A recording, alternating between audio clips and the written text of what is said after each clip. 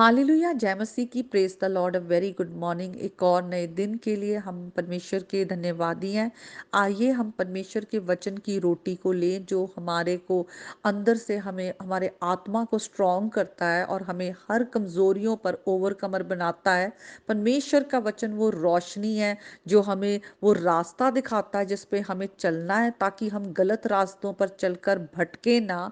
परमेश्वर का वचन जो है वो आत्मा की तलवार है जिससे जो आप पवित्र आत्मा है वो खुद जब हम इन वचनों को बोलते हैं वो हर एक अंधकार के कामों को हमारे जीवन से नाश करता है। हमारी बुद्धि खुलती है, हम सही बातों को खुदा की बातों को हम समझ पाते हैं और उस ज्ञान में हम बढ़ते जाते हैं। और हम हमारा जो फेलोशिप है, हमारी संगति जो है पुत्र के द्वारा पिता के साथ होती है। और पिता, पुत्र और पवित्र आत्मा जब हमारे जीवन में बने रहते हैं तो वो आनंद होता है और उस आनंद को हमसे कोई छीन नहीं सकता।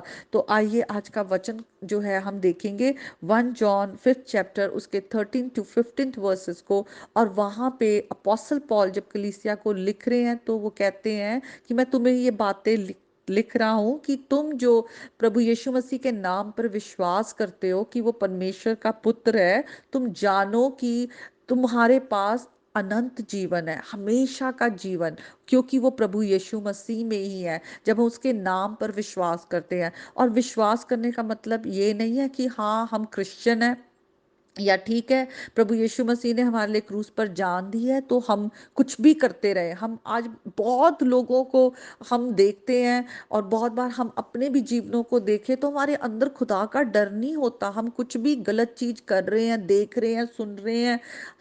हम ये भूल जाते हैं कि हमारा मास्टर कौन है।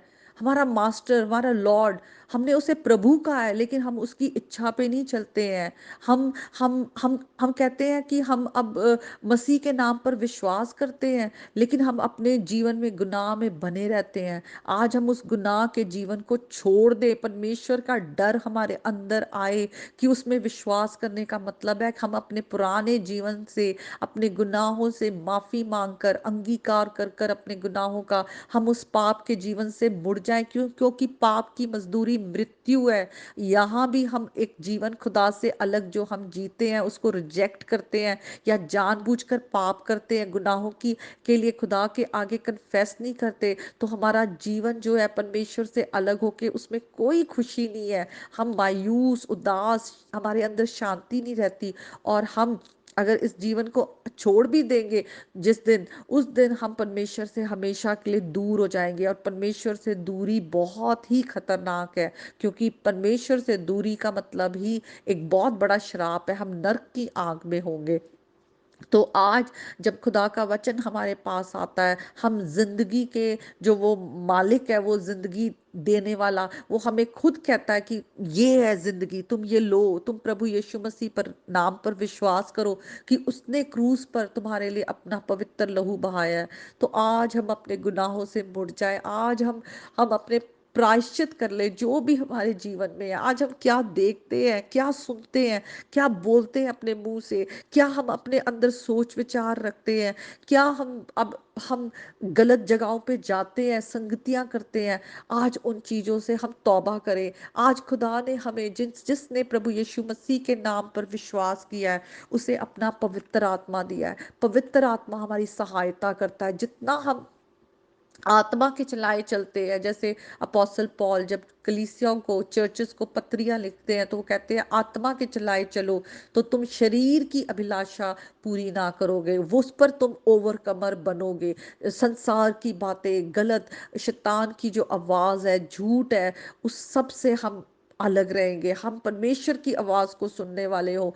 आज मेरी आपके लिए, आपके घर परिवार के लोगों के लिए, अपनी फैमिली के लिए मेरी यही प्रार्थना है कि हमारे कान जो है पवित्र आत्मा की आवाज को सुनने वाले हो, परमेश्वर की आवाज को सुनने उतने सेंसिटिव हो जाएं कि खुदा की आवाज को हम पहचान करें।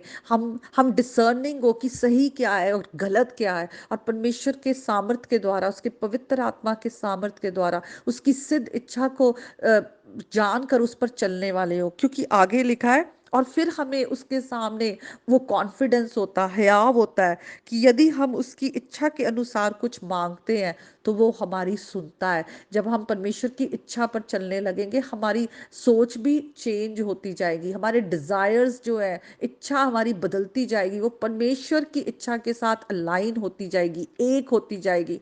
और जब हम उस इच्छा के अनुसार कुछ भी माँगेंगे, तो हमें वो कॉन्फिडेंस रहेगा कि वो हमारी जब सुनता है, तो हम ये भी जानते हैं कि जो कुछ हमने माँगा, वो हमने पाया है। तो आज से हम अपने जीवन को बदलें, परमेश्वर के रास्ते पर चलें, हम पवित्र आत्मा का सामर्थ माँगे कि वो हमारी मदद करे कि जो चीज़ परमेश्वर की नज़रों में गलत है, हम उसे मना कर सकें, उसको हम अपने जीवन से रिजेक्ट कर दें, उसे अपने जीवन से निकाल दें।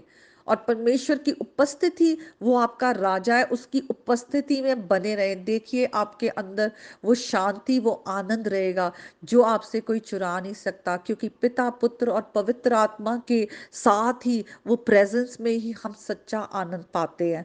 तो आज के वचन के द्वारा परमेश्वर आप सबको आपके घर घर आने को बहुत आशीष दे, और आप परमेश्वर की हुजूरी को अपने बीच में बुलाएं, उसमें बने रहें। आइए हम एक मिलकर गीत को गाएं जो अभी मेरे अंदर आ रहा है। हजूरी ओ दिए,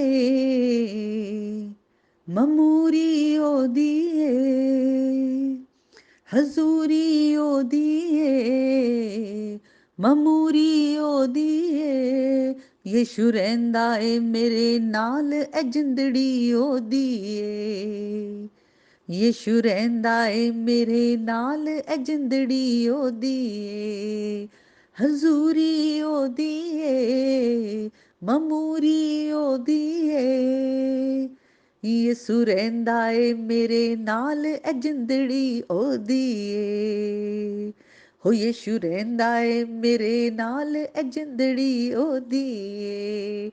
हालेलुया। सचमुच परमेश्वर की हुजूरी में आनंद जो है, उसका अलग ही आप उसका उसकी जो वैल्यू है, उसका वेटेज है, उसको कोई और चीज पूरा नहीं कर सकता। तो आज के वचन के द्वारा परमेश्वर आप सबको बहुत आशीष दे, प्रभु यीशु मसीह के नाम में आमीन।